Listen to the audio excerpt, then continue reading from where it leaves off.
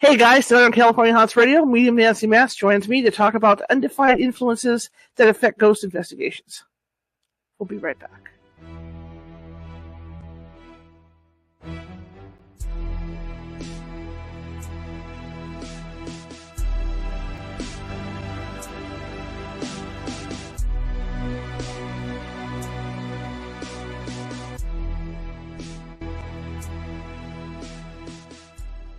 Grab your popcorn and snacks.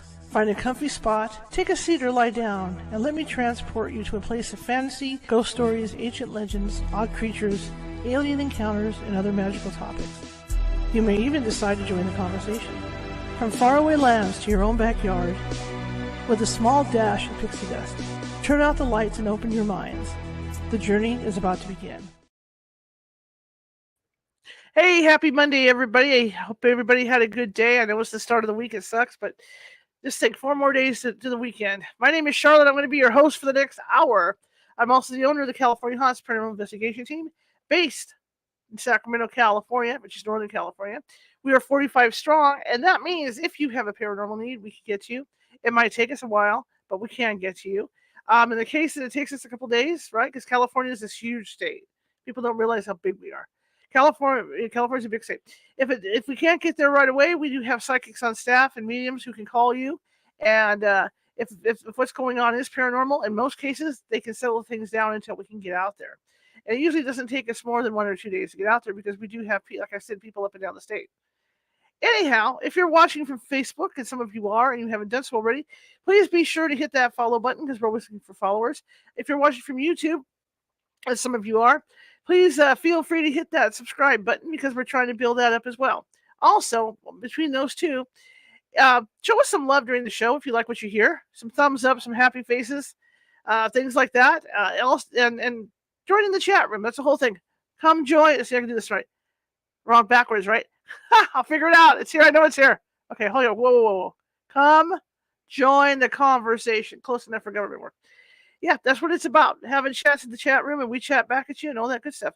Because what that does is there's an FYP. The computer sees that. The master computer that controls Facebook and YouTube and Twitter and all those other places.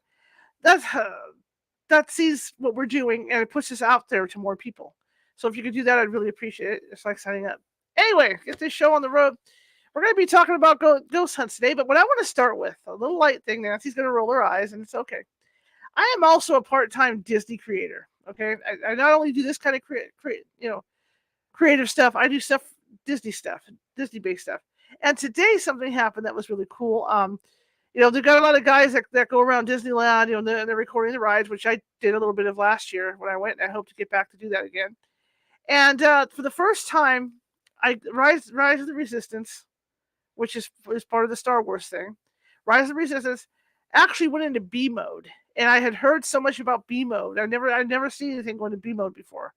And it was interesting in that I'm not going to give the right away, but it's this thing where you're escaping from the first order. Is it First Order? Whatever they call themselves now. From the sequel trilogy. Anyway, you're escaping from the baddies. And at the very end, you end up dropping out of space. And that's all I'm going to say about that. But the thing is, usually when you land... They make a big deal out of it, and then they've got the animatronic figures or projections or whatever they are, and they say, "Oh, welcome back. You're a little off target, but we'll take care of you." Well, it landed today, and they didn't say anything. They just stood there, and then they went back to work. And I thought, wow, this has to be B mode or something. And all of a sudden they came up with it. They're talking amongst themselves. And they're welding, like working on ships and welding, and they're talking amongst themselves about how there's like 3 or 4 pods, because it's these pods that landed, and how these 3 or 4 pods, they can't open the doors on them yet. They're all jammed. So there was a big conversation about this. And then they finally get everybody everybody where they're supposed to be. But it was kind of cool because, there wasn't even hardly a hesitation. There was like a slight, maybe half a minute hesitation, and then it went into B mode, which is a different screen altogether. They'll drop a screen down and then they'll show stuff. And I've heard about this in Walt Disney World with certain rides that they do that. So it was kind of fun to watch tonight. Sorry, that was my fun. Okay, I'm done with that now. Now we go back to the creepy things. Ghosties. All right, let's talk about investigations with medium Nancy Matz. And there are things that go on that you can't control during investigations, or things that come up. The client might tell you, because we have a 120 question questionnaire when we go out to talk to a client. And I'm pretty thorough. I've gone through. I've 18 years of doing this. I put together a pretty thorough questionnaire. But there are things that it's like anything else. Ghosts are unpredictable. All right, they are unpredictable. I mean, they're just humans in ethereal form, right? Right. So you can't predict everything a ghost is going to do. Just like you might have a really active house or a building, and you go out there to investigate, and nothing happens that night. It's dead, right? But that's because they're still self-thinking and doing and they're going to do what they want to do. So that's what we're going to talk about, is that unpredictability tonight. And Nancy's a really good person to talk about that. She and I have worked on a lot of investigations together. And let me get Nancy in. Hi, everybody. Oh, fudge. Maybe I'll end up in B mode. We don't know. I really have no idea what reference you're talking about. So when a ride is done, so what it is that your wagon comes. If you go through a ride, sometimes the animatronics don't work right. And so Disney has come up, because Disney's really clever now, because they're able to incorporate video screens and make them look like the actual animatronic figures. Okay, that's clever. It's really clever. So when something goes wrong, and it's the people that are on these rides all the time that that know the rides like the back of their hands, know when they're in B mode. And so when something goes wrong, these screens come down, and it's what they call B mode, and the characters are doing something totally different. Like in this case, it was the first time I've ever seen B mode. We land. I'm going to say we land because I was, obviously on this thing, virtually. And then all of a sudden they look up and there's nothing. Because like I said, they're supposed to say, "Oh, welcome back. You landed kind of off kilter there, but we're going to get you back." The screen will talk to you. Okay. Yeah. Okay. Because the animatronic figures, right, in this case, and then they didn't work right, so it was silent. You didn't get anything. And then then at some point the screen comes down, which you can't see the screen, but the screen comes down, and then all of a sudden you're watching them work on these other ships, and then they're commenting about all the pods and everything that have come down, and they can't get through the doors and everything on them. But it's like this on every ride. They have the most expensive audio animatronic ever built for a park. Disney has at Walt Disney World, and they spent $23 million on this figure. And what ride is that? And this is the one I wish they get at Disneyland. It's an Avatar River ride, and they take you through the land of Avatar on a boat, which is really cool. But at the very end, the main thing for this ride is that you get to the very end, and there's a you'll appreciate this. There's a shaman singing at the very end. I don't know why I would appreciate it, but that's kind of cool. I don't work with shamans. Cool. Well, no, but I'm just saying, there's a shaman, psychic shaman, right? And I don't know. All these figures, and you guys got to remember with Avatar, all the figures are like 9 to 10 feet tall anyway. The Avatar people. Oh my god! So this thing is like 9 feet tall, and it's sitting there with its legs crossed and it's singing and its arms moving. And they say the movements are so fluid. Oh. That it almost looks really human. People are just, well, for $23 million, it ought to be. And that one breaks down all the time, and then people see it like they'll be singing along, and then their hair will go, or it goes back like this. I'm sorry, we're supposed to be talking haunted. I know. Are these things haunted? Other people have seen it. I haven't seen this yet, and other people say that when it goes wrong, it slaps itself in the face. But anyway, that's another case where where they'll pull it out and they'll put a screen in there, and then you'll get the same thing, only it's a screen, and people can tell the difference. People wait in line for hours to see this fantastic animatronic, and it's broken. It's broken. So yeah. But that was my first B-roll. Like investigations, you expect to get spooked or excited or something, and the ghosty person says, "I don't like these people. I'm going to hide in the closet." Which that's it. They go to a closet. Go somewhere you're not expecting them. I've seen them float into the attics and down into the basement, even if there's none. Yeah. They're just they don't want to bother. And then you get the little old lady who's been dead 50 years and she's still 102 years old, walking around the house. "What are you doing in my house? Get out of here." Yeah. And she's nothing riles her. Right. Nothing riles her. I've done stuff where I've had investigations where the ghost knows that we're there, and we end up chasing the ghost because you have the equipment, right? So you can tell which way the ghost is going. So you're chasing them through the house, you're chasing them through the building, you know?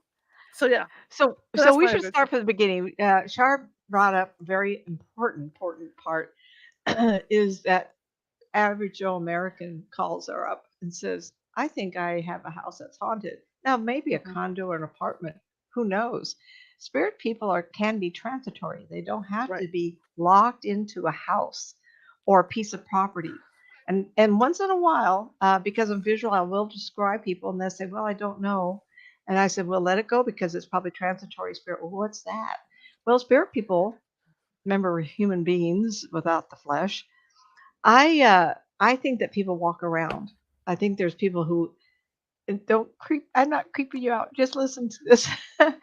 They visit houses, and once you're a spirit person, you think, well, let's see. I've never been to Norway in the snow, so as a spirit person, you can go there and walk around.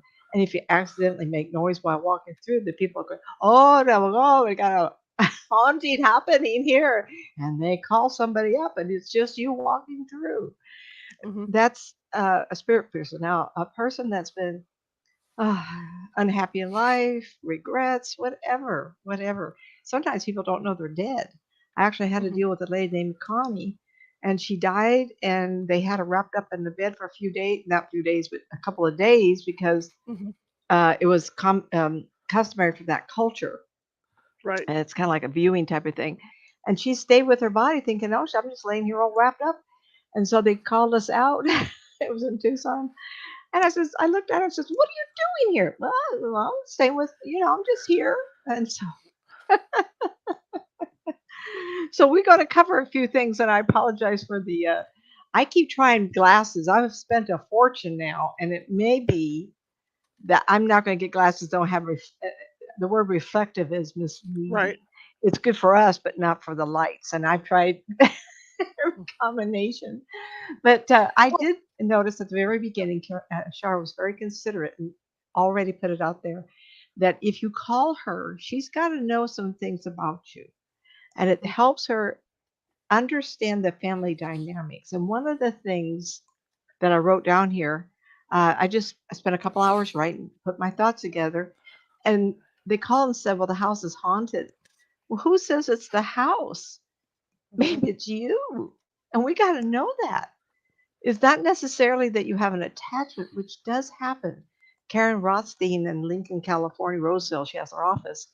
We've been doing this for a lot of years, and life has gotten in the way. We keep wanting to get started, and life is busy. So eventually we will have these 35, 36 cases. We just did one a few months back of it's people coming in realizing there's something wrong and it's an attachment. Now, you could be in your house and feel like you're being watched or you're being touched, and it could be an attachment. Hopefully not. We don't want that. But even in our world, our lives, if you're going through a particularly hard time in life, or you drink a lot, or you're going through whatever, you could have a temporary attachment. And then you get happy or you fall in love again, your energy's different, and that attachment goes, oh, I don't like this, and they could fall off. That happens a lot. I'm not going to go in and say, there was an attachment. That's why you beat up everybody. Not going to go in there. I'm not going to get in that trap. But you got to realize that she does have pages of things, and you're going to be really careful because writing them out, we're not going to go and say, oh, you're feeling this out because you want to know it's me that's haunted. You have to do it because we want to release those spirits. Spirit peoples become ghosts because they're emotionally damaged. And you have to have kindness, compassion, and sympathy to get that person to wake up if it's possible. And we have to understand how long it's been going on. If you move in right away and the house is 50 or 70 years old, you either have a transitory spirit that saw something similar and stayed, or the grounds or the Indians or something said, wait a minute, this is my land. You're on my. How many people have built houses that old back east and coming west? And they use a foundation from the pioneer days. Oh, God, we have an area called Grass Valley in Nevada City, and they have foundations that are not even cement, they're rocks. And they used to have cabins on them with hundreds of years for a long time before they built a real house. Or people, because they're putting in their fireplaces, will see cool rocks on the property. and Mhm, they'll use the mhm. rocks in the fireplaces, and the next thing you know, that was part of some other foundation, or Foundation. somebody's grave Mm, was under there or something like that, and they have them stacked up in their absolutely. house. That's a very good point. Like I said, in some of our gold rush era locations, um, I mean, they're all over Northern California, and the two Mhm, that pop in my head real quick was Grass Valley and Nevada City. Why? Because mhm. my first husband and I looked there for a house, and they said, "Do you prefer foundation, or is it okay we show you a house with just rocks?" And that's why I bring it up, because that doesn't mean that we're looking at a house that was the original. Right, right, We could look at a right. house that had been remodeled so many times, and it might have been a log house for a minor. That's And normal. You go to Placerville, and it's everywhere. What's oh, that, absolutely. child? And to add on to what Nancy's saying, when I have the questionnaire, like I said, it's 120 questions. And some people might think it's kind of invasive too, because we're not only looking at the house itself. We're looking. I mean, we're looking at the house. We're looking at the yard. We're looking at any natural stone. We're looking. We're looking for at the what's the weather conditions and all this. We're also asking you personal questions, because some of the time, and this is how we look at it, ghosts can be caused by medication. So we have to look at that. Are you taking any medications? What type are you taking? Are you taking Are you recreational hallucinating? drugs? Are you Yeah, are you seeing hallucinating? Yeah, are you taking recreational drugs? And that's something we have to know. And sometimes clients will lie to us about that stuff too. But that doesn't help you. I mean, we need to know this stuff. We're not looking to say, okay, you're an addict, go to the doctor. That's not our gig. Our gig is to come out, like Nancy says, and here and ask these questions to sort out what the hell is going on. And And it could Shar be has something called natural. me Yeah, yeah, and had asked me, "I can't figure out this house. These people have said this and that." I go, no, no, go see there. There's something yeah. going on in the house of the individual, and she has to Hmm. recalculate everything that was written down and figure out what's going on. Please, she does have And other mediums that she does ask also. It's not just me, just that I well, show them a picture right away and I can get something or not. and that Go being ahead. said, you see these guys on TV go into these houses. And it looks all Yeah. grand and everything, and they get their evidence. But you know what? When you're a ghost hunter, it is a huge responsibility. Residentials, especially, it's a huge responsibility, because you're not Good only words. dealing with some ghost that might be in the house, you're dealing with people's mental states. You have to be you got kind of got to be a psychiatrist to kind of weed things out. I mean, that's the Well, whole after part of it. I years mean, of doing this, you look for clues. Now, yeah, I you want look to for point clues. out that this is a real phenomenon, having spirit people, transitory spirit, or ghosts in people's Right. world. Absolutely, around the world. There's many cultures that invite their dead corpses of relatives into the Hmm. ceremony every year. Yes. Can you imagine how many Yes. spirit people show up also looking at their old shriveled up body, going, "No, that's Absolutely. not." They change their clothes and honor them. This can be exciting. It's kind of fun to have camaraderie. I look forward to better weather, so we can Hmm. do things and Yeah. have community. These are Yes. very positive.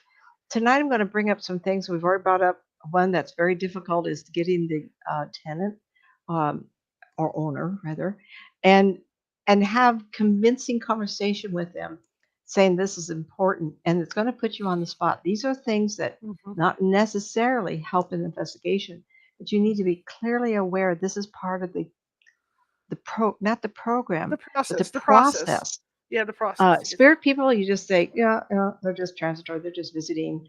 And my being a grandma and great grandma now, I just love little girls, little kids. Oh, boys are fine, but I have two great granddaughters, and they're the leotard and tutu stages. Hmm.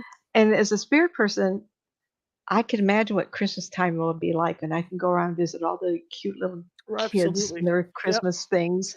Us grandmas, my radar goes right up with the great little girls and tutus, just starling. But those are the kind of spirits that are okay. Now, if I Right. start describing somebody, I go, "This is a real," and I've done this with show. I said, "This is a nice spirit person. They're just visiting." Yeah.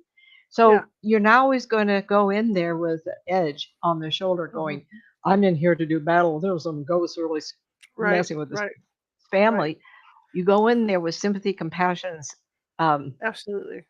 com- yeah, my three has Well, if I could add sympathy. about Um, if I could add Ha something really quick about transitory spirits, one great example of that is Hmm. there's an area out here.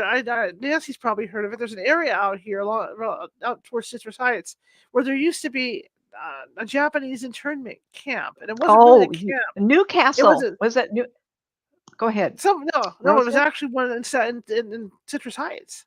Citrus But Heights? it really wasn't a camp. What it was a transitory area where they would bring them for holding, Okay, okay. and then they'd either take them down to Los Angeles area or they take them up to Tule Lake, because I've been to the one in Tule Lake Mm. and had a look at it. Anyway, there's a lot of energy in this one particular neighborhood where this took place, Oh. and for years, people, and I've been out there. I had an investigation out there where I ran into this. For years, people have said that, and it's, I'm going to say Asian. We're going to be nice about this, okay? This is the woke, really good, where people have seen Asian people like come out of their closets and stuff like that. Oh my But the most gosh. interesting ones that I find are more interesting when you talk about transitory ghosts are the doorbell ringers. Really? And people complain that the ghosts will ring the doorbells, and then you go there's no one there. But there's streets in that area where, on certain time of the month, certain days where all the the majority of the doorbells get rung and no one's there, and that's transitory. Oh That's my them moving goodness, on. I hope you'll have to let me know if are they spirits roaming around the neighborhood like that?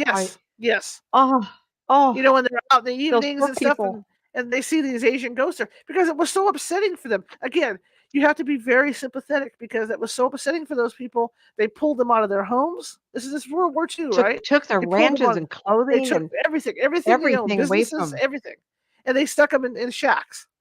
Here's your 10 people in your family, go live in a one room holding shack, and that's what they did.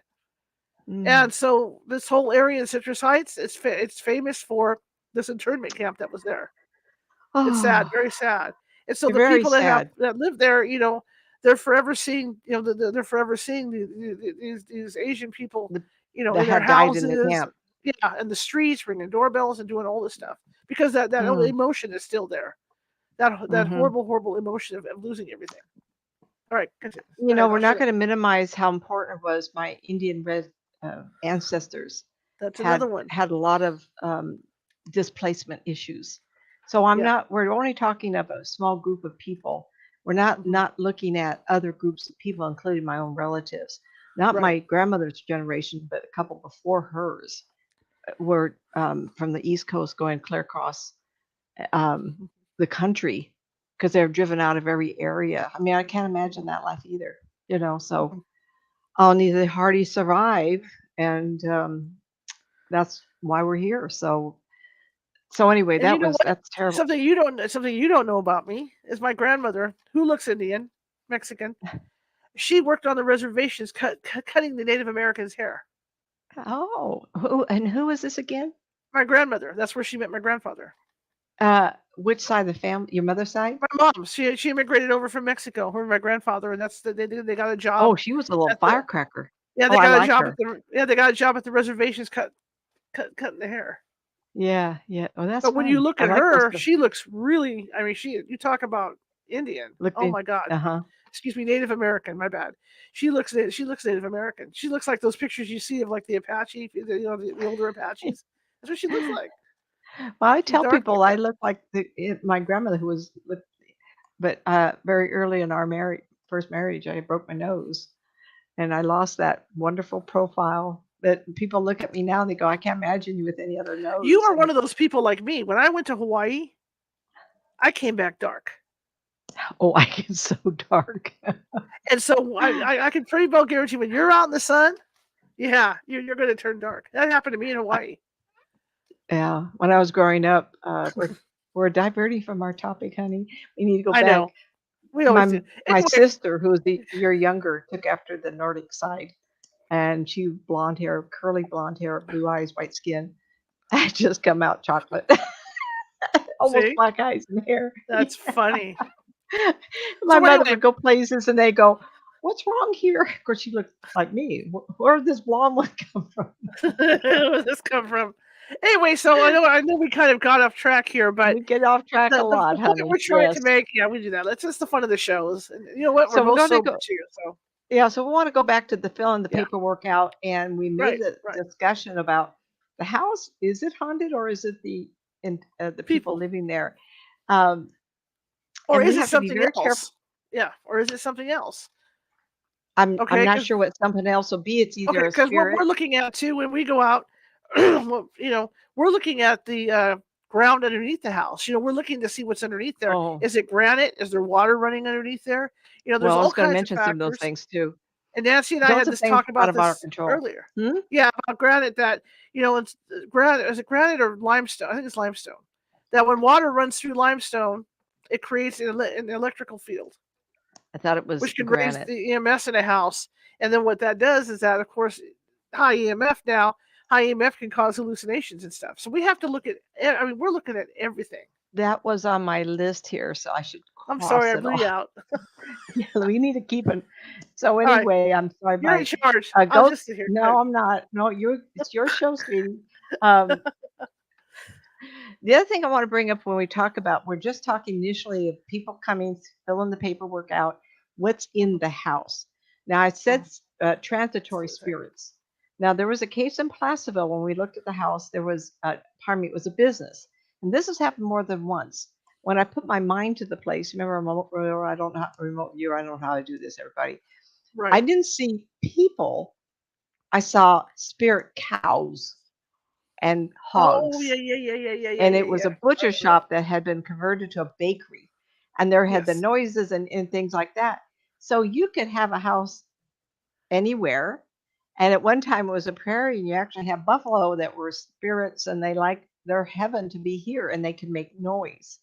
So I want to stay with that thought because we always think it's human beings, spirit people who can have conscious thoughts, absolutely, like she said earlier, or ghosts who were spirits regret all problems with their life and they became insane, and those are ghosts.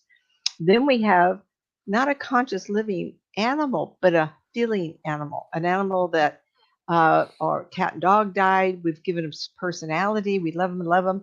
And I've always told people they're if you have a pet that passes away, make sure the vet stays there for a while and put a bowl out for their food. Even if you put food in there, make Hmm. sure that other animals aren't eating it up because they don't know they're dead and they will Hmm. want to stay around. And people talk to me just I meant to mention this. A young man lost his bulldog, and I heard the bulldog running down the hall, and all of a sudden the bulldog purposely ran into the wall.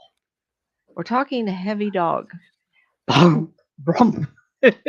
And I said, "Oh my God, this big dog is running down the hall and just fell into the wall, just womp, on purpose." He says, "Oh my gosh, I've been hearing that." And they will stay around because maybe their life with you is their heaven. Yes. And once they start drifting out of the house, they could drift next door. And the people next door, guess what? "Oh my God, we have a ghost." No, it's a dog next door visiting you. And if it's that 85-pound bulldog, it's going to be running into the walls. And guess what? You're going to think you're being haunted. You're not. So we have to figure that out. So Mhm. I'm not making light of it. I'm so amazed. I'm just so amazed at these situations that can come up. Um, and then you have to worry about those people, the transitory spirits or Mhm. ghosts that are, and I'm making it sound like it happens all the time. It doesn't. But if you have a spirit that's lost in remorse Mhm. and it's old, 100 years or more, and the house and the people that it was associated with have died, and that ghost doesn't know where it goes because the house has been destroyed or burnt down, it's still wandering. And you can have a family, and this happened. I was doing it with, I don't know, Shar or somebody else. It had found a family that resembled that family that Oh, he left. that happens. Yep. And I was that you, Shar? Yeah, I Was think that so. your Yeah. group? Yeah. And there was a son in the group that reminded him of his own family. I Mhm. apologize. People call me up from different groups. So I forget, and it's been so long. What town was that in? Do you remember? I don't know. That was in one of those old towns. Been Old so town. many. So There've been so yeah, many. Yeah. so many years, yeah. So I remembered this when I was writing this up and went, "Oh my gosh, I have to bring that up because you can come across that And then you have to figure that out, and you have to tell the family, you have someone that doesn't belong here, you're going to have to talk to that person. And we're making it sound like, and I just want to say it over and over, I want people to learn how to do this and do it right. And Right. I want you to enjoy the process, and I want you to help these people pass over. That is work as service to God. That's service. I'm Well, all that's the about thing. service. As Go ghost ahead. hunters, I mean, there's groups that are out there just to find ghosts. There's groups that are out there to do stuff. Then there's To get groups like us. scared. There's like there's people like me. Yeah, there's people like there's groups like my group. There's people like Nancy. We're out there to educate. We're here to help you, Yeah. but we're also out there to educate, to show you what to do in these situations. And it's Learn from taken a us so long that you time can help others. just to put that 120 questionnaire together. It took quite a few years, to put that together, because we could, we did well, we wouldn't do well, we did well. It's like anything else, trial and error. When you're out there, this is not a science. This is inexact Hmm. science.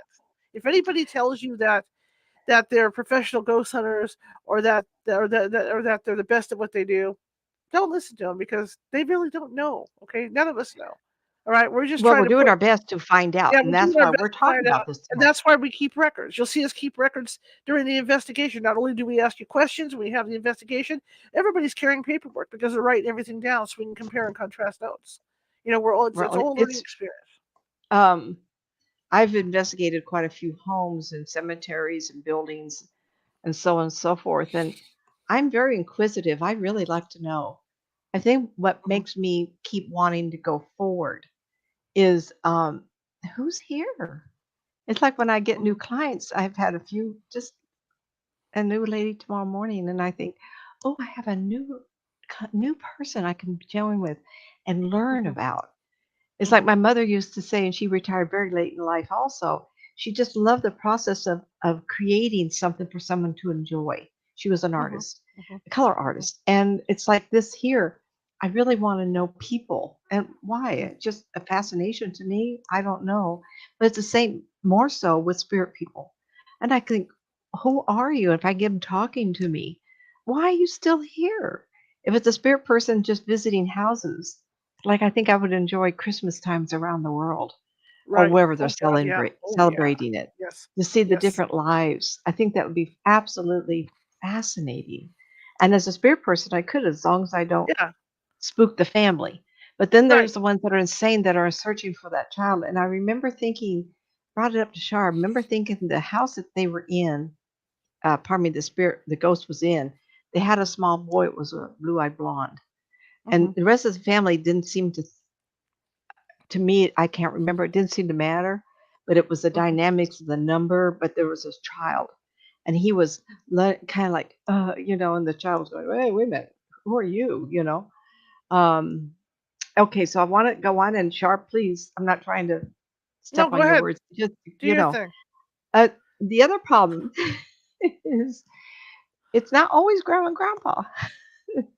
Right. There are ghosties out there, even mischievous spirit peoples. And if they make a noise, you get their attention. Oh, is that grandma? She's just died a month ago. Is that you? And the spirit people go, ooh, I'm going to get some talking. I'm going to get someone to recognize me. Yes, it is. I'm back.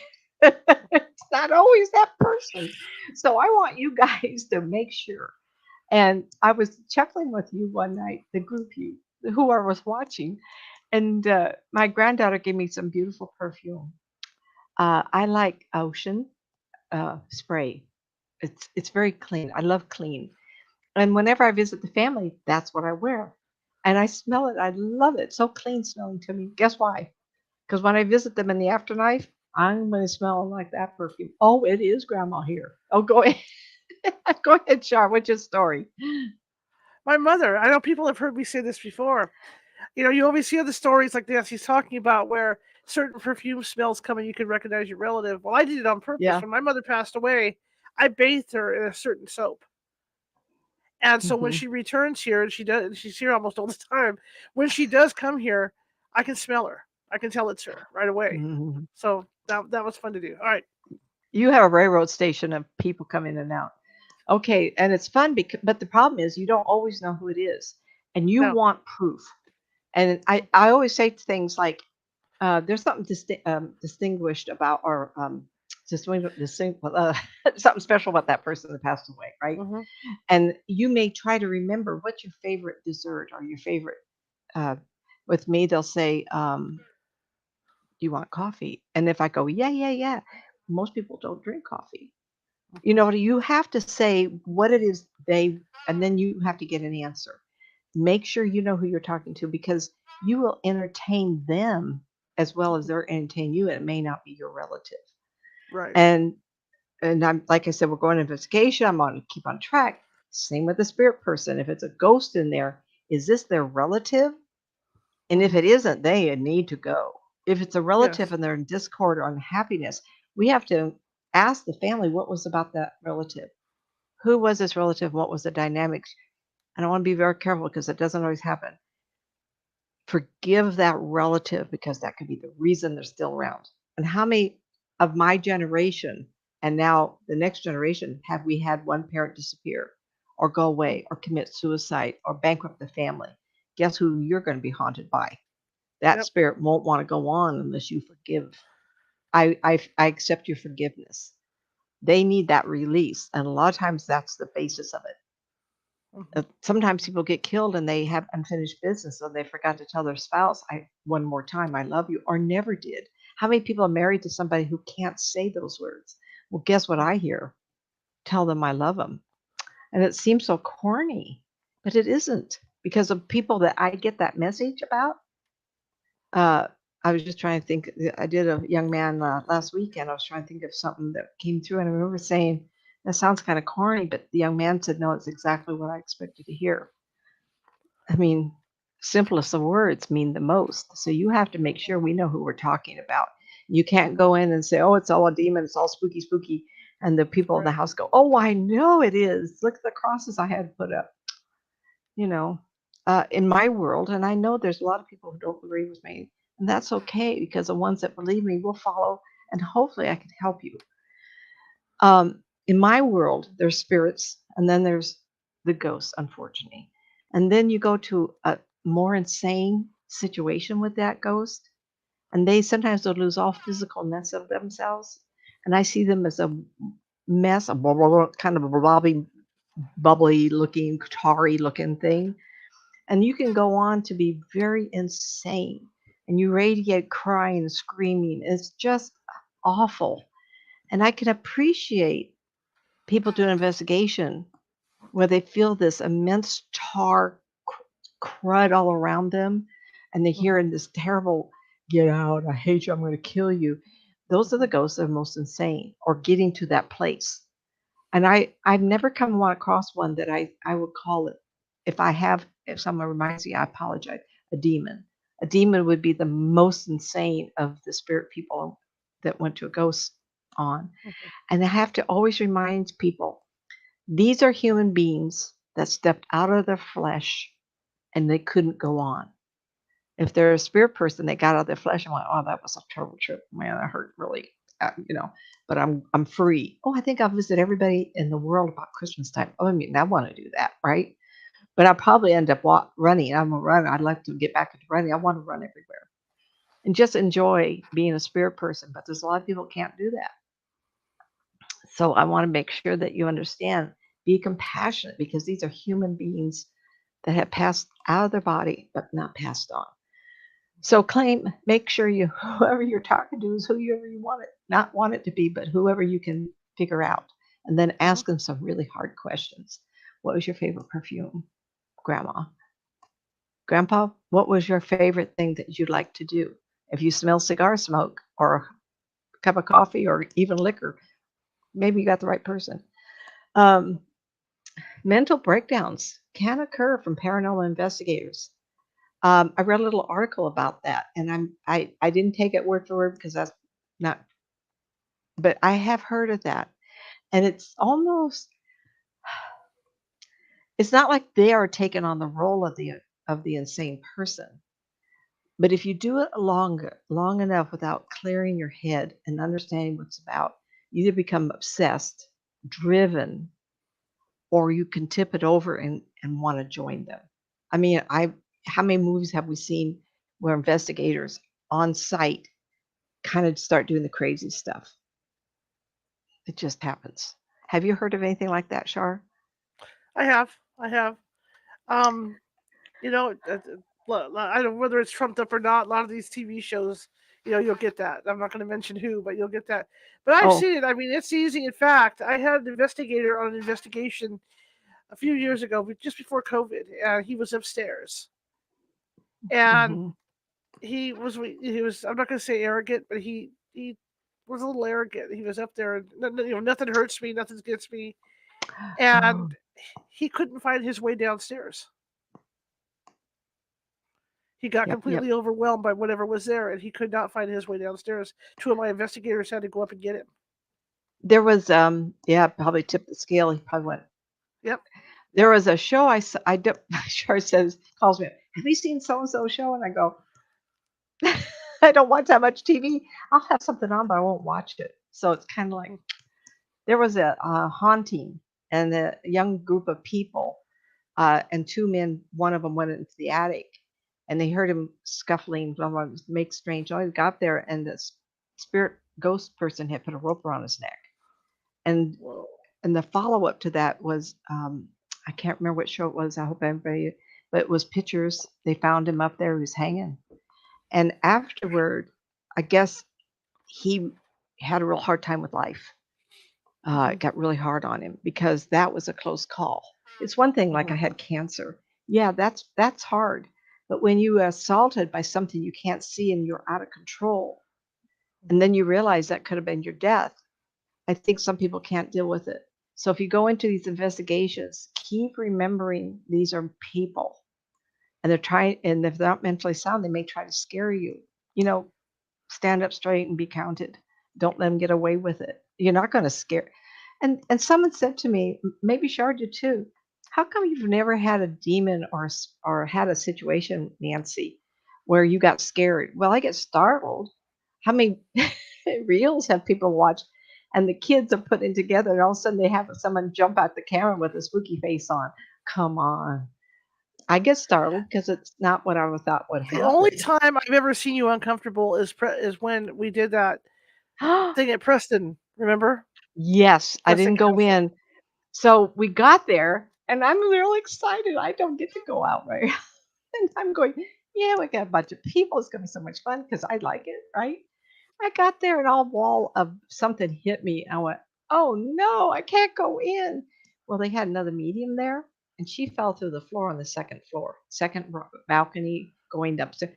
The floor gave way, and she fell. Guess who would have been? Me.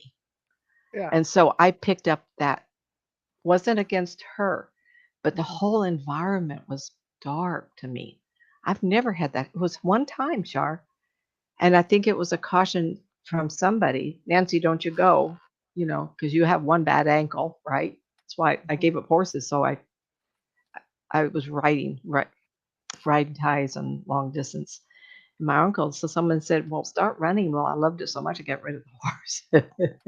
But my ankle, if I hurt it again, so anyway, someone was really cautioning me. That was the only time. Yeah, it does happen. You see that on TV, make sure you respect that person. I want to get into photographs. So I did the cemetery tours in Sacramento, and 10th and Broadway, Old City Sacramento Cemetery. Um, John Sutter was buried there in 1865. Some really, Mhm. really old ones there, even a couple prior to that. But it was established, and the old section has a little more than 10,000. They have a new section. The last time I heard 15, 20 years ago was 10,000. Huge. And so we were always having people take pictures. And of course, Shar was there in her Oh cameras yeah. and took lots of pictures. And there was a young man, and I just recently, maybe 2 years ago, heard him again. And he had some amazing pictures of spirits zooming around and uh, up the flagpole. And it was not near the group. It was kind of like he walked ahead. And he says, he sent me these photographs. And it was amazing because there was nothing there, but there was these streaks like people moving about. It was Mhm. crazy. But what I wanted to bring up was I was always given a talk at the very beginning. And there were some were going into winter. The last one would be the end of Halloween, no matter what day it was. It would be the prior Friday. And someone had taken, I don't know if it was the same young man, had taken a picture of me. And and there was all these orbs. Keep my hands down, Nancy. All these orbs. Well, the orbs where I could see color. Remember, my eyes may see to color where yours won't. I see a movement inside, like a face. Very much probably a orb, someone who doesn't like to carry the physicalness. All the others were dust particles. So I want you to be aware and investigate what people have done as far as photography. And don't always assume that you get a swirling action in the air. It could be a moth. It could be a bug that's really fast. It could be dust particles. Don't be betrayed by the excitement of the moment, because once you get pictures, I've seen lots of them, and they'll say things like, "Well, I took the picture, put them away. I looked at my, oh, and I see."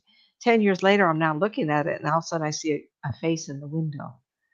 Oh, it's too bad you didn't see it then, right?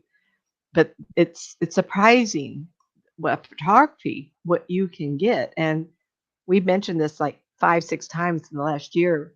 I was given a talk, Marianne Wosley, a little girl with pearls on her neck. And there's a lot of light, but sure enough, there's her with her pearls, and there's a face.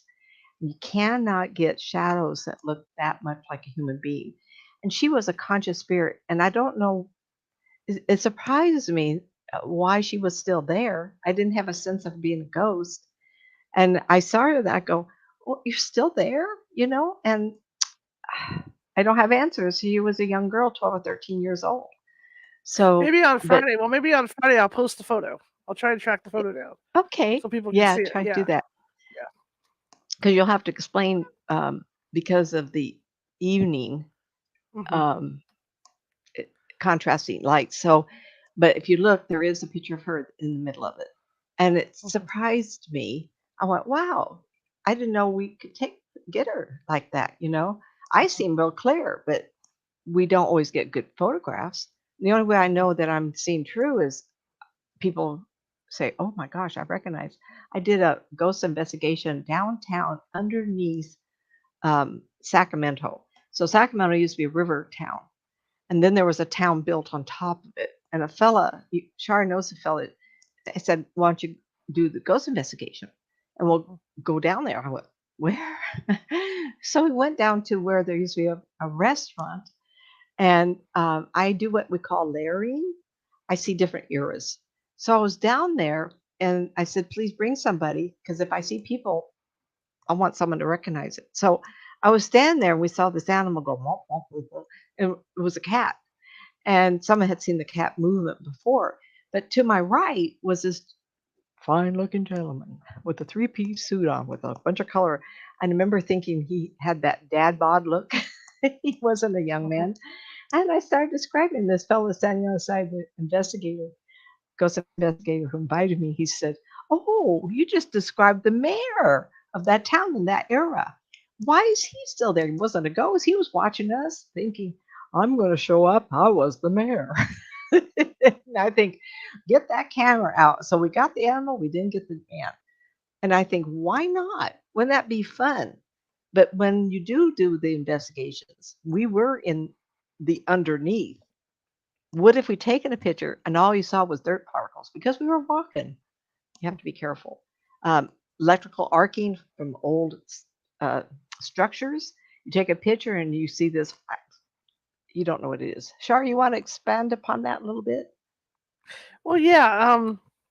You know, again, paranormal investigators, when they're taking photos, like Nancy says, if you're walking, it's hard to control what type of photo you're going to get, because in low light situations, just the movement of somebody maybe has a little pin light will look like there's something shooting across the room. So the preferred way to take photos, but you can't always do that. Control is to stand there, make yourself the human tripod, and then take like 3 photos in a row. Oh, I love that. Now you see it, now you don't. Now you see it, now you don't. So then you got that backing up. But it's not always like that, and that's why people like me, being a photographer like I am, and the people that I know in the photography business, it's always helpful to have somebody around like that, because there's a lot of variables, like Nancy says. People could be walking, especially in the underground, because I've done investigations Have, down in the underground as well. It's have you? dusty. It's dusty. And so you're going to kick up, even the best intentions, you're going to kick up dust particles. And sometimes dust particles can look like orbs, or like Nancy says, again, lights. It could be anything. It could be anything, even from a lamp, and maybe the lamp's got dust particles coming out of it, and it looks like streaks because you're picking up those particles in motion. So you have to be really careful about your surroundings. That's why you have to keep meticulous notes on stuff, when you are shooting, so you can go back and figure out what it was, because not everything I is think that was paranormal. a wonderful comment. I like that. Pretend you're a tripod and don't move and take 3 pictures. It absolutely amazes me how many people send me pictures over the years, and then I see something posted in addition. People say I took 2 or 3 pictures in a row, and spirit people flash in because that's all they can do. Right. They kind of like hold their breath. I want to be seen. I want to be seen. Oh, wait a minute. Did I forget my legs? And you'll see bits and pieces of people, and show up in 10th of a second, 10th of a hundredth of a second. Boy, that was hard to say. Okay, so be aware and be cautious and take lots of pictures. Digital is better than regular, but I've heard people say regular film is sometimes better also. So I have no idea. I like digital because you can't fuss with it, can't change it. I've heard that regular film, if you can edit it, I don't know. Not all shadows are shadow people. How many photographs I just saw one yesterday. Yesterday it was, and they had a open area, and there was a shadow looking like a human being there. And they said, well, someone take a lot of pictures, but when you're done, then go back and look at that area and see if it wasn't a shadow being cast by a combination. I really do love the running of when the years I was really a runner. I love looking at the landscape, and you could, with imagination, you could look at a tree branch or you're always creating faces. Like we're programmed as infants to find a face that's familiar or safe. We will do that without ever realizing it. That's why when you take photography, did I create a face? Do I look at this picture and think it's somebody? I think the pearls, Marianne Mosley, I think that was her name, was a giveaway that there was a person there. If she hadn't had the pearls on, we could say, well, the shadows were just right, But be aware that all shadows aren't shadow people. Now, shadow people has bad connotation. Oh, the hat man, the shadow coming through from a dimension, shadow dogs, I've heard. Absolutely. Why can't they be that? I mean, who am I to say no, don't believe in things like that? I do what I do. If you're seeing a walking shadow coming through your house with a top hat and it's got a dog with him or something, who am I to say, no, you're crazy, you didn't see that? Hello. How do I know we don't have within a why can't we be bad up against other parallel universes and worlds? Why not? Why not? There was a scientist on one of the reels, and I really like him. He's a African American man. He's very distinguished. He wears a mustache, and he was talking about the Kuiper Belt and all the rocks out there. And he was talking about how can UFOs be real. I showed you a picture of a satellite that went to Mars, and it turned its camera around, and it said, took a picture of Earth. I mean, we're such a small speck. Who can find us in all this mess of the solar system? Well, I think they're smart like we are, because we know planets have life because of the emanation of different chemicals. Absolutely. A UFO people flying around, they're looking for signatures of life. It's not like I want to disagree with the guy, but he made it sound too simple. Like, no one's going to find us. Don't worry about this. Excuse me. We've had experiences here. I didn't, how many people have had experiences with the UFO environment? I was telling Shar one day, and this was just confirmed. I said to Shar, when I had my little experience, and I've had more, a friend of mine reminded me, it said to me, we want to be on the dirt. And I said to Shar, what does that mean? You live in the clouds or something?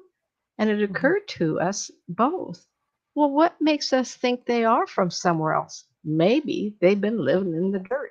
How many times have archaeologists found caverns 20 levels deep where people had lived for hundreds of years? 20,000 people could live in this 20 stories deep. How many have us heard? Who says that can't happen elsewhere? So I think that we do have something going on. I'd love to find out.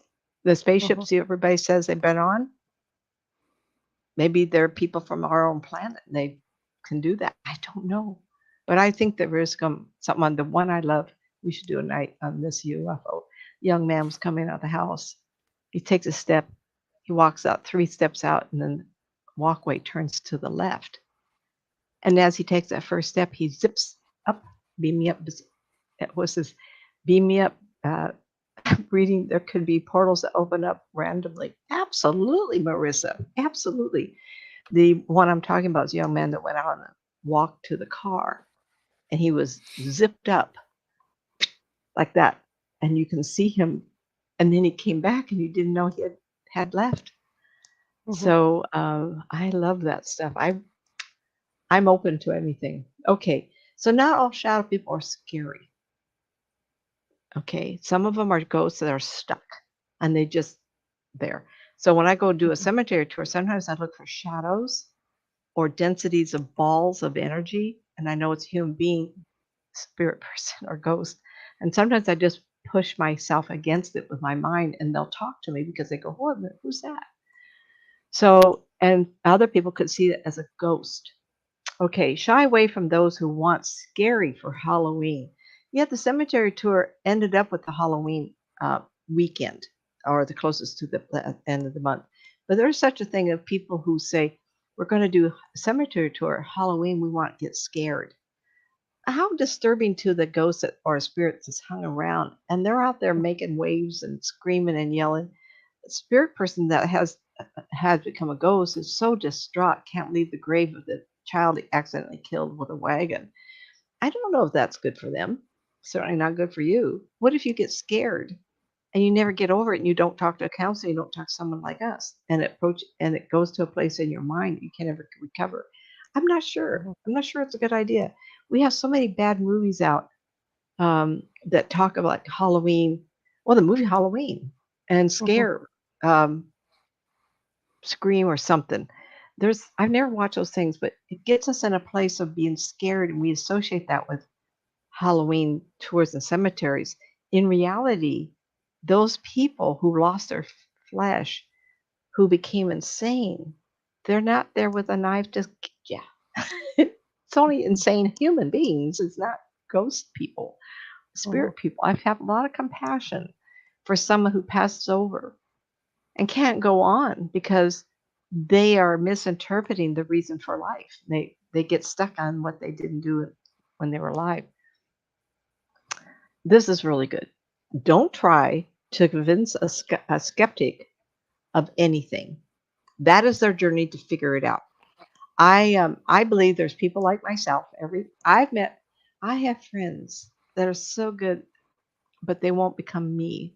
Listen, Nancy, I know you don't have days off. You've been doing this for 33 years. You've had 2 big. I don't. I work a lot, right? Not as much now as I used to, but at the same time, a self-employed business is always going to be difficult. If you have the ambition to want to start something, I gave it a 24-year career Pacific Bell. Yeah, I could have retired if I stayed like 10 more years, right? But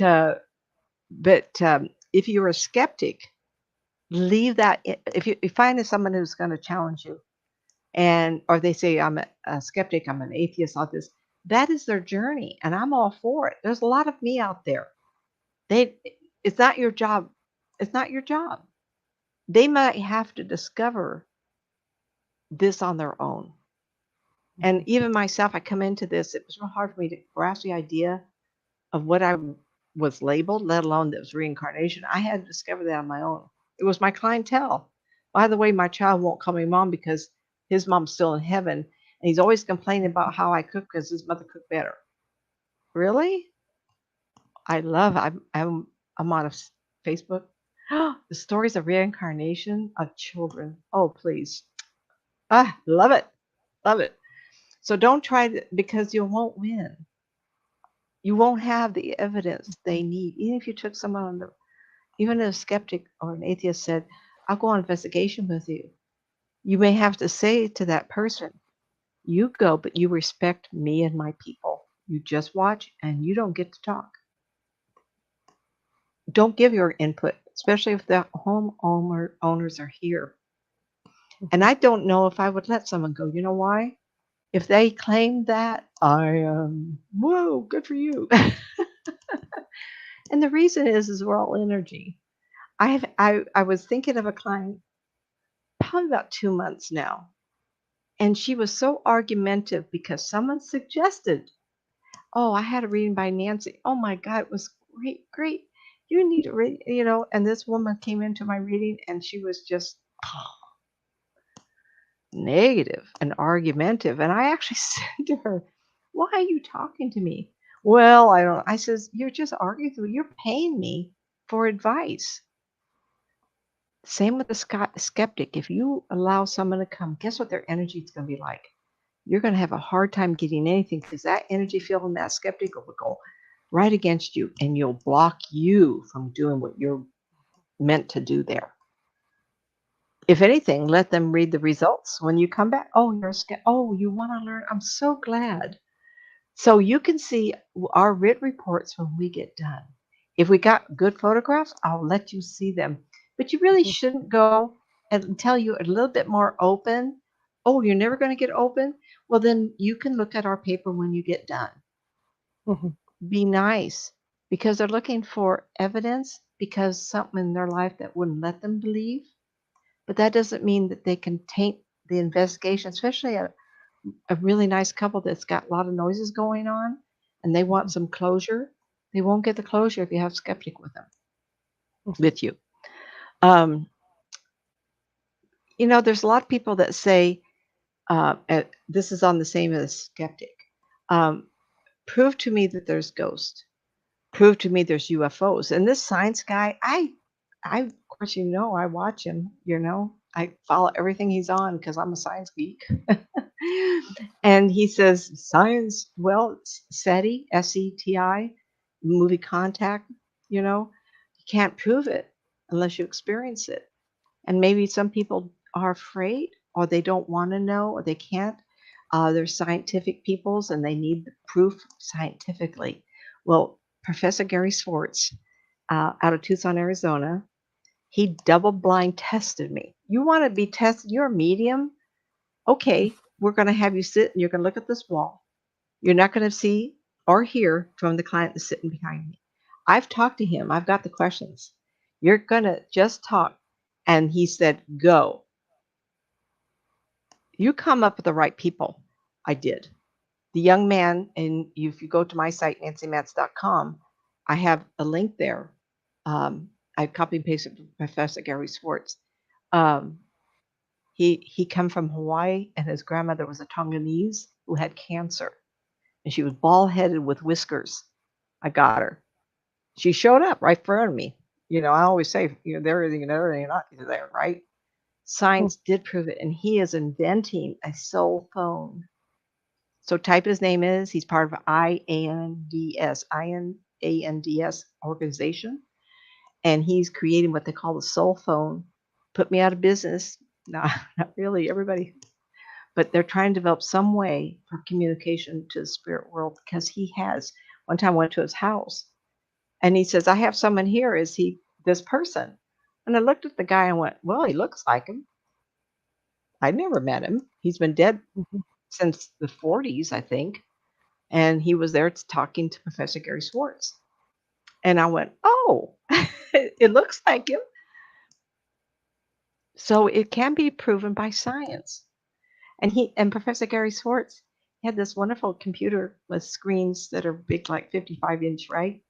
And what he did was he found out a spirit person was there. He says, at 2:00 in the morning, the power's going to go on. We're going to be in bed. You give me an answer. And so when he got up, there'd be EVP of the answer to the question, but it would come at 2:00 in the morning. He can prove it. Not all science is that readable, easy to access. Not all people say, well, it's not possible because science hasn't proven it yet. Well, then you need to direct those people and say, how about this individual? They are doing this. They are, and they're working on it right now. They have been for 10 years. I don't know what stage it is in. Wow. Okay, so we're going to be able to prove it. Now, what is that going to do for people? Oh, I mean, we get to live afterward? Well, shoot, should I shoot myself and just go to spirit because my life was so bad? Guess what? You get to do it over again. And I've told people, if you're going to commit suicide, make it work. One young lady put a gun to her face. Guess what? She wasn't supposed to die. Guess what? She's living with her face half gone. Yep. Try to hang yourself, ain't going to work. Someone will rescue you. If it's not meant to be, it's not going to work. So science has failed to prove ghosts. Not my world. If you know the right people, you do know it's happening. Right. But the people who say they don't believe won't believe that there are good people out there who are working on it. They won't believe it until they read it and know the people who are the scientists. So then that's one that you have to treat like a skeptic.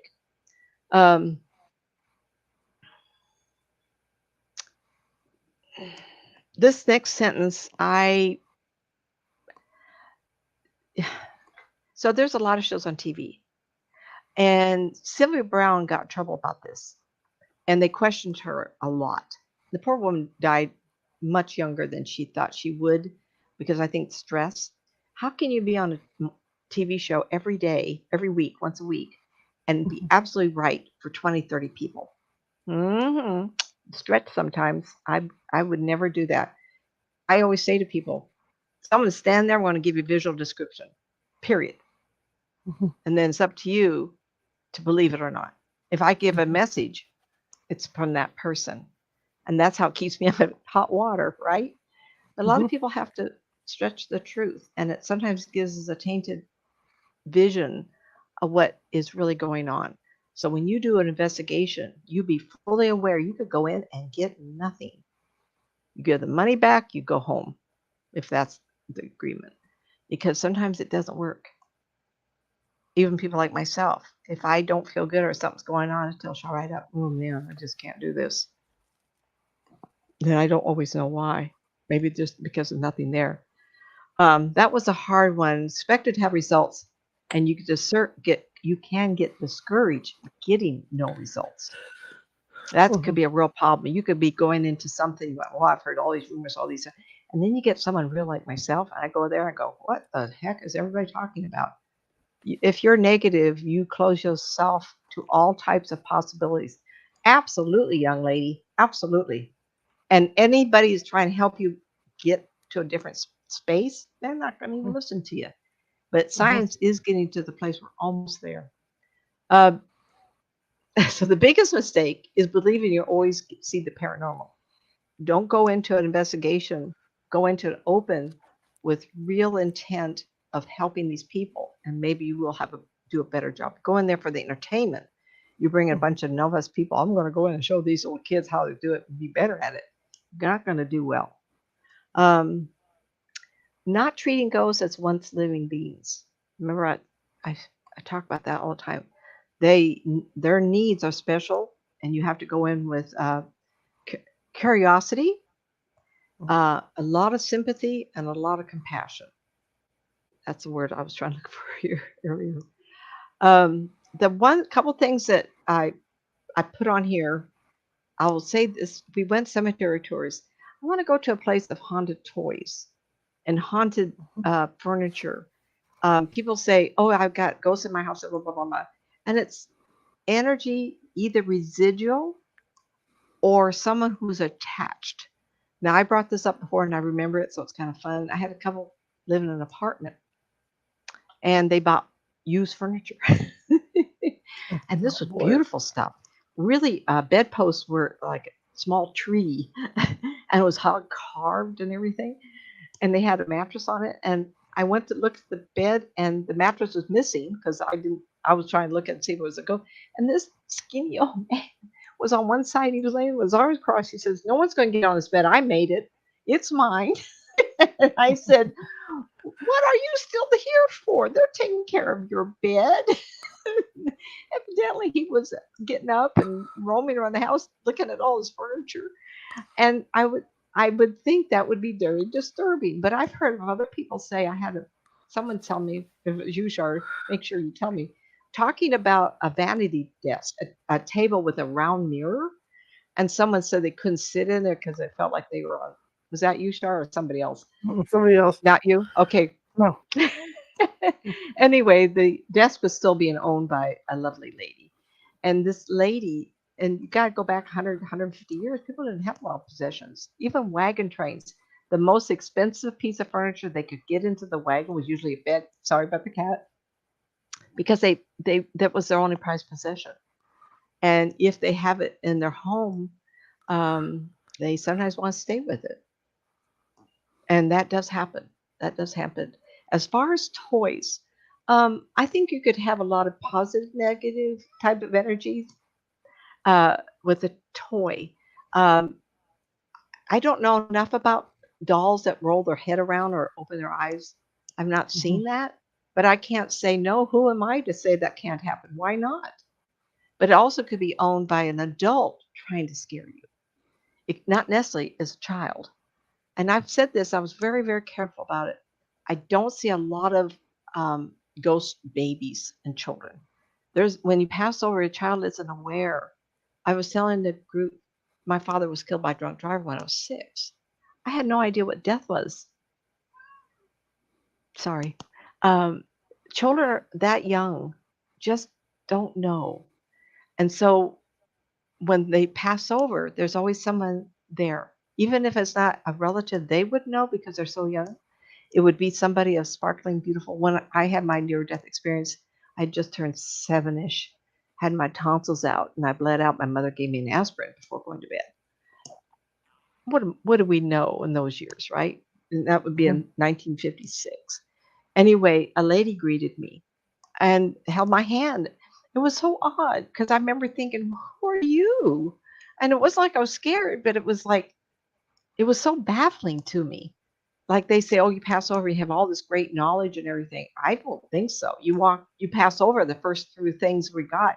And I don't remember dying. If it wasn't very long. But in the spirit land, I was there maybe 15, 20 minutes, it seemed, because she was talking to me. How long was the conversation? And the only thing I could think of is I didn't know who this person was. Holding my hand? I was like standing there looking at it. And she was real tall because I'm a little girl. But I remember thinking how tall she was. So people are taken care of. So if I had died, this sweet lady would have probably knelt down and said, I'm your grandmother. And, she would have, I'm going to take care of you now. And what I hear over and over is people who come back. Remember, I'm at the place where I see people go on, is that they can make a decision. Do you want to stay with your mommy or do you want to come with me? Well, I didn't know who she was. I probably would have gone, I want to go back to my mommy. But if she had been someone very pleasant, more so than, let me show you around. Let me show you, make it fun. These young kids that die are always, always taken care of. And when I see a child just sitting around in the spirit, I go, why is that child there? So if I go one more step and say, why would a child stay with a doll? To scare you? That's more the actions of an adult who's not quite sane or trying to play games with somebody. And I don't know. I can't say that absolutely. I would get myself in trouble because I always could be wrong. But think about it logically. A child under 5 or 6 wouldn't know what haunting means. Wouldn't be sitting around waiting for someone to show up so it could open Bell's eyes and blink his eyes and turn his head. They wouldn't even know how to do it in the first place. Just think of it logically. Okay, well, I ran a little late, but we did chat a little bit. That was fun. We did good. I hope you all learned something. I didn't get to see the chat room, so I don't know what comments, but Marissa, thank you very much for giving us good questions and statements, rather. That was very sweet of you. All right. Okay. Well, and it begins. So it begins. We have a guest tomorrow. The Reverend Bill Bean will be here. Actually, he's tonight at 10 o'clock. I'm going to be doing a pre-record with the Reverend Bill Bean, but you guys will get to see it tomorrow at 6:30 p.m. Pacific. And we're going to hear about his life and his childhood. He has a new book out, and we're also going to talk about some of his cases. So be sure to be here 6:30 p.m. Pacific tomorrow for that. And then the day after, we have another gentleman named Curry, who grew up in a haunted house, and he's a paranormal investigator who reminds me of myself because he's really enthusiastic about going out and helping people and learning everything he can about the paranormal and being an investigator. So he'll be with us on Wednesday as well. So it's starting to pack up, and all next week's already booked, and we're ready to rock and roll with all this and get back on track. So I hope to see you guys tomorrow at 6:30 p.m. Pacific. I will be on the chat. Nancy, thank you for coming on as always. I really appreciate it. It's just we're trying to fill in this space and get everything rolling again, and we're doing it. And I can honestly say that I'm really excited because probably as we speak, I have the RSS feed has provided 11,000 downloads for the month. Wow! Thank you, Marissa. So far. That was a thank sweet you, comment. everybody. Thank you, Marisa, for the comments. Thank you, Lenore, for the like. And who else we got? There was Lenore, and let me double check here. Make sure I get it. Karen Clark. Thank you guys for the likes. I really appreciate it. And I will see you guys tomorrow on the chat. I'll be on the chat at 6:30. Something else to add? Nancy is going to be doing readings on February 4th at 4 p.m. Pacific. And I do have the links for that now, so you guys can go down, check out the description of the show, and the links are down below for that, as well as the meditation club. There's links for the early sessions and links for the late session down there. So if you guys are interested in anything like that, go ahead and click on those, visit the meetup, and sign on up because spots are going to start going really fast for that stuff. All right? Okay. February 4th is a Sunday, 4 to 6 o'clock in Pacific time. Yeah. And the theme is Valentine's Day. But if you have other questions, absolutely. Not everybody's looking for romance or. Right. Absolutely. Yeah. Love will is in not the be air. Public. Love, no, it will not be public. It'll be here on StreamYard, and it'll be a private room. So love is in the air. So that's what we're focusing on. Okay. If you like the show, share it with 5 people. If you hated the show, share it with 5 of your enemies. We're just trying to get the word out about our little old show. And the more you share, the more the merrier that come in. Especially, trying to reach. We had fun tonight, Char. That was a fun. Char and I do enjoy bantering. That was fun tonight. I enjoyed this. Yeah, it was really fun. Listen to my voice. Really good. I hope the audience has too. And please take it with a grain of salt. This is what I do for a living. I'm doing it a lot of years, and it's only my impression. If I don't see the ghosts that you do that are demon looking, just think of them as an insane person. They need to leave. Be compassionate. Say, what are you still hanging around for? Absolutely. I don't know. I mean, I try to be honest with this stuff and have fun with it if you go on investigations. I mean, try absolutely. to. Absolutely. All right. All right, guys. I'll see you tomorrow with Reverend Bill Bean, and should be an interesting interview. I can't wait. So here's Nancy's info, and away we go. Websites, nancymatz.com, all lowercase. nancymatzauthor.com, the N, the M, and the A are capped. And you got youtube.com/nancymatzpsychic, and M and P are capped. Books. Help, get me out of this funk.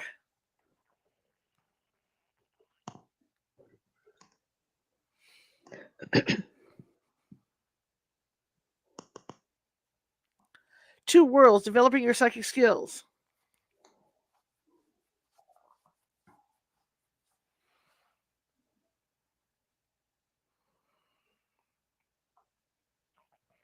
And The Unwilling Sacrifice.